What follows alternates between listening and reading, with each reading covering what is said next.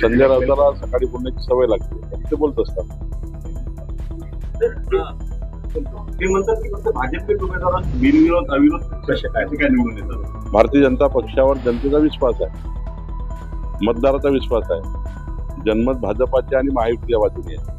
आणि त्यामुळं साधारण नागरिकाला असं वाटतं की बाबा भाजपच्या कार्यकर्त्याला मत दिलं, भाजपच्या उमेदवारांना कोण निवडून आला, तर पुढचे 5 वर्ष डबल इंजिन सरकार, महाराष्ट्राचं सरकार, देशाचं सरकार हेच विकास करू शकतं. त्यामुळे मोठ्या प्रमाणावर भारतीय जनता पार्टीचा कार्यकर्ता बिनविरोध होत आहे. अपेक्षा जनतेला आहे की हा कार्यकर्ता निवडून आल्यावर विकास करेल, देवेंद्रजीच्या सरकारकडनं, मोदीच्या सरकारकडनं विकासाचं जे काही मॉडेल आम्ही तयार केलं त्यावर काम करेल.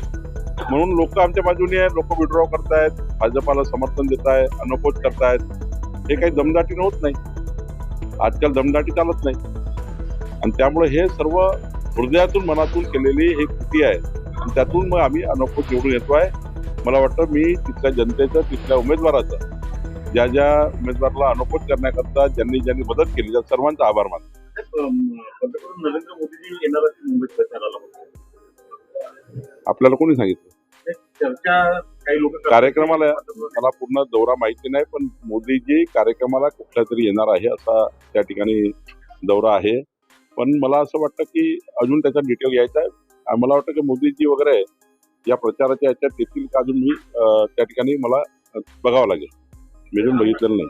सर, अमरावती आणि अकोल्यामध्ये हिंदुत्ववादी संघटना आणि काही निष्ठावंत कार्यकर्त्यांना डावललेलं आहे, त्यामुळे ते प्रोटेस्ट करतायत. कसं समजणार हे प्रोटेस्ट? काय हे जे नाराज आहेत, काही हिंदुत्ववादी उमेदवारांची ते प्रोटेस्ट करतात अमरावतीमध्ये अकोल्यामध्ये काही निष्ठावंत कार्यकर्त्यांची नाराजी आहे. ठीक आहे, त्याची नाराजी दूर करू. त्यांची नाराजी दूर करणे आमचं काम आहे. ती नाराजी दूर करू. जाधवची फेडी आहे ती नाराजी लवकर दूर होते. भाजपाचा कार्यकर्ता असा संस्कारमय आहे. भाजपाचा कार्यकर्ता संस्कारमय आहे. तो देव देश धर्माकरता काम करणारा आहे. आणि संस्कारमय कार्यकर्ता हा कधी अपक्ष लढण्याची भूमिका ठेवत नाही, इंडिपेंडंट लढण्याची भूमिका ठेवत नाही. जिथे पक्ष आला तिथे समर्पणाची भावना ठेवतो. आणि म्हणून समर्पित कार्यकर्ता कधी बंडखोरी करत नाही.